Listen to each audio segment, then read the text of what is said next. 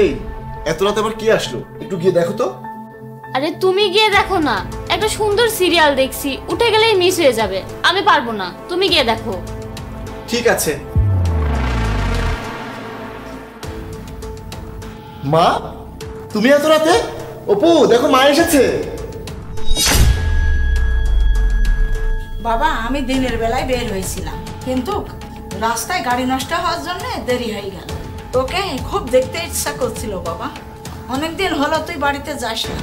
তাছাড়া আমার ফোন নষ্ট হয়ে গেছে, তোর নাম্বারও বের করতে পারছি না, তাই না জানিয়ে চলে এসেছি। না জানিয়ে এসে আমাদের উদ্ধার করেছেন, এত রাতে কি জ্বালাতে এসেছেন? এসব তুমি কি বলছো? মা আমাদের দেখতে এসেছে, ছেলের বাসায় মা আসবে না?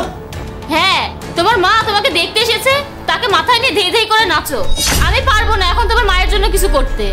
কিছু করতে পারবে না মানে কি? মা সে কখন বের হয়েছে, এখানে আসতে তার খিদা লেগে গিয়েছে। যাও মাকে খেতে দাও। তোমার মা না জানিয়ে এসেছে, আমি তো আর জ্যোতিষ না যে আগে থেকে জানতাম তোমার মা এখন আসবে। আমি তো রান্না করে রাখিনি, আমার খুব শরীর খারাপ লাগছে, আমি পারবো না এত রাত্রে রান্না করতে। ঘরে চিড়া মুড়ি যা আছে তোর মাকে এনে দাও, খেয়ে শুয়ে থাক। না না বৌমা, তোমাকে কিছুই করতে হবে না, আমার না খেলেও চলবে। আমি আমার ছেলেকে দেখতে এসেছিলাম, দেখা হয়ে গেছে, এখন গাড়ি পাওয়া যাবে, আমি এখনই চলে যাচ্ছি। তুই ভালো থাকিস বাবা। মা এসব তুমি কি বলছো? এত রাতে তুমি কোথায় যাবে আর কিভাবে যাবে? তুমি কোথাও যাবে না। না বাবা, আমার জন্য তো সংসারে ঝামেলা হোক এটা আমি চাই না। মা তোমার কাছে মনে হয় টাকা নেই, কিছু টাকা নাও। এত টাকা কেন দিচ্ছ? এই নাও। না না বাবা, আমার কাছে টাকা আছে, আমার টাকা লাগবে না, আমি চলে যাচ্ছি।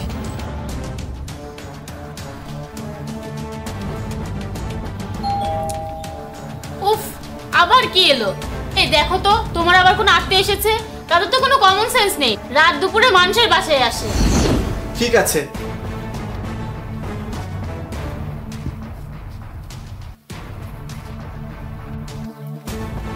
আরে আমার ভাই এসেছে। এই কি হয়েছে তোর? তুই এত রাতে কেন? কোনো সমস্যা হয়নি তো? এই যাও, ফ্রিজ থেকে মাংস বের করো, আমার ভাই মনে হয় না খেয়ে আছে, এখনই রান্না করতে হবে। আরে এত ব্যস্ত হোস না, আমি মোটামুটি খেয়ে এসেছি। আসলে কাল আমার একটা চাকরির ইন্টারভিউ আছে, এই জন্য এত রাত্রে আসতে হলো তোদের বিরক্ত করতে। আরে বিরক্ত করতে মানে? বোনের বাসায় ভাই আসবে, যে কোনো সময় আসবে। তুই বস, আমি তোর জন্য রান্না করছি, খেয়ে তারপর ঘুমাবি। এই যাও না কেন, দাঁড়িয়ে দাঁড়িয়ে কি শুনছো? আমার ভাই এসেছে, চোখে দেখো না? সে কখন বাসা থেকে বের হয়েছে, ওর তো ক্ষুধা লেগেছে, আমার ভাইকে খেতে দিতে হবে। ভাইয়া দেখ, তোর সামনে আমার গায়ে হাত তুলেছে। আপনি আমার বোনকে মারলেন কেন? এই থাপ্পড়টা তোমার বোনকে অনেক আগেই দেওয়ার দরকার ছিল, কিন্তু এখন দিলাম কারণ এখন আর সহ্য করতে পারলাম না। তুমি এসেছো তাতে ওর কোনো সমস্যা নেই, কিন্তু একটু আগে আমার মা এসেছিল আর তাতেই। ওর সাহস কি করে হলো মধ্যরাত্রে আপনার মাকে বাসা থেকে বের করে দেওয়ার? আর আপনি সন্তান হয়ে এত রাত্রে আপনার মাকে বাসা থেকে চলে যেতে দিলেন? হাই, আমি নিরুপায়, সংসার টিকিয়ে রাখার জন্য তোমার বোনের কারণে আমি আমার মাকে আটকাতে পারিনি, কিন্তু এখন আর সহ্য করতে পারছি না। তোমার ভাই এসেছে, এখন আর তোমার শরীর খারাপ করছে না, তোমার সিরিয়াল দেখায় কোনো ব্রেক হচ্ছে না, তাকে মাংস রান্না করে খাওয়াবে, আর আমার মাকে চিনি মুড়ি খেতে বলেছিলে। যেই মা আমাকে জন্ম দিয়েছে, আমাকে এত বড় করেছে, তোমার স্বামী বানিয়েছে, আর সেই মাকে তুমি এত রাতে বাসা থেকে চলে যেতে বাধ্য করেছো। ভাইয়া, আমি আপনার মাকে আমার সাথে করে এনেছি। মা এসেছে? কোথায়? মা ভিতরে এসো।